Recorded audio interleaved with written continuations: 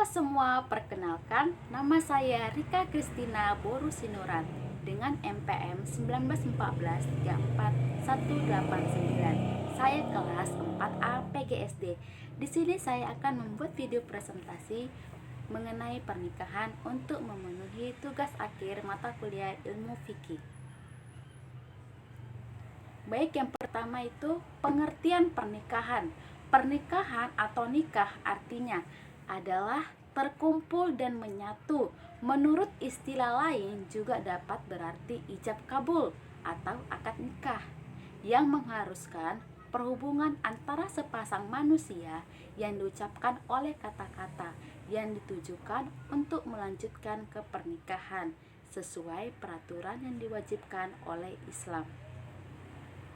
Yang kedua itu ada hukum pernikahan. Berikut macam-macam hukum nikah dalam Islam. Yang pertama itu ada wajib. Hukum nikah menjadi wajib bila seseorang telah mampu, baik secara fisik maupun finansial. Sedangkan bila ia tidak segera menikah, dikhawatirkan berbuat zina.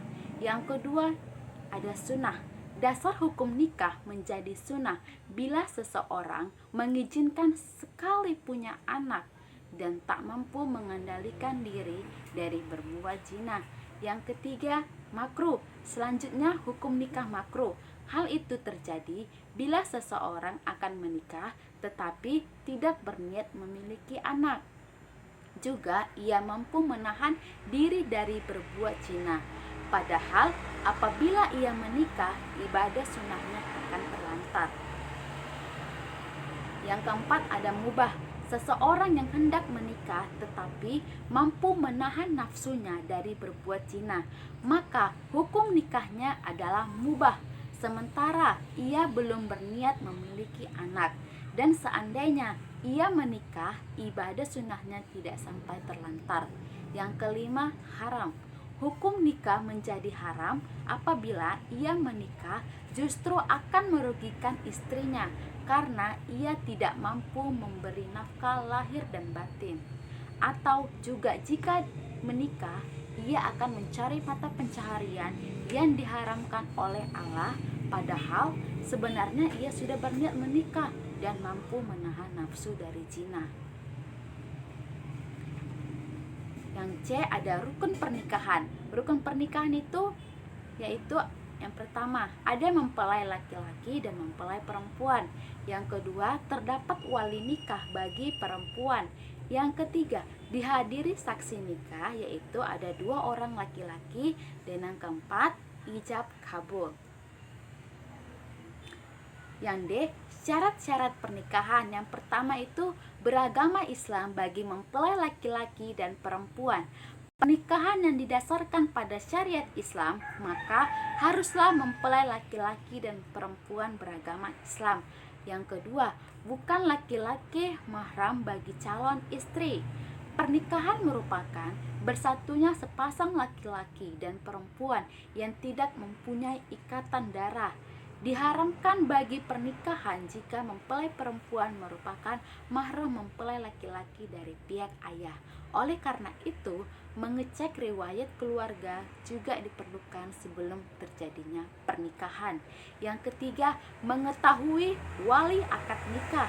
Penentuan wali juga penting untuk dilakukan sebelum menikah. Bagi seseorang laki-laki, mengetahui asal-usul seorang perempuan juga diperlukan sekali. Apabila ayah dari mempelai perempuan sudah meninggal, bisa diwakilkan oleh kakeknya. Pada syariat Islam terdapat wali hakim yang bisa menjadi wali dalam sebuah pernikahan. Yang keempat, tidak sedang melaksanakan haji. Ibadah haji merupakan ibadah yang segala sesuatunya dilipat gandakan. Akan tetapi, saat seorang melakukan ibadah haji, tidak diperkenankan untuk melakukan pernikahan. Yang kelima, tidak karena paksaan. Saat pernikahan terjadi, tidak ada paksaan dari pihak manapun. Oleh karena itu, pernikahan harus didasarkan pada inisiatif dan keikhlasan kedua mempelai untuk hidup bersama.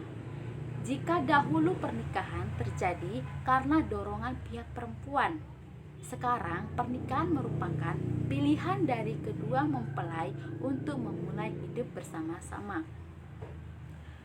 Baik, saya akan memberikan kesimpulan dari pembahasan yang saya jelaskan mengenai pernikahan. Jadi kesimpulannya itu, pernikahan merupakan ibadah yang mulia dan suci atau sakral.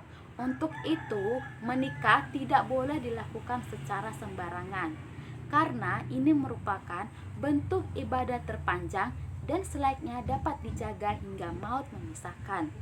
Pernikahan sejatinya bukan hanya menyatukan dua insan untuk membangun biduk rumah tangga saja.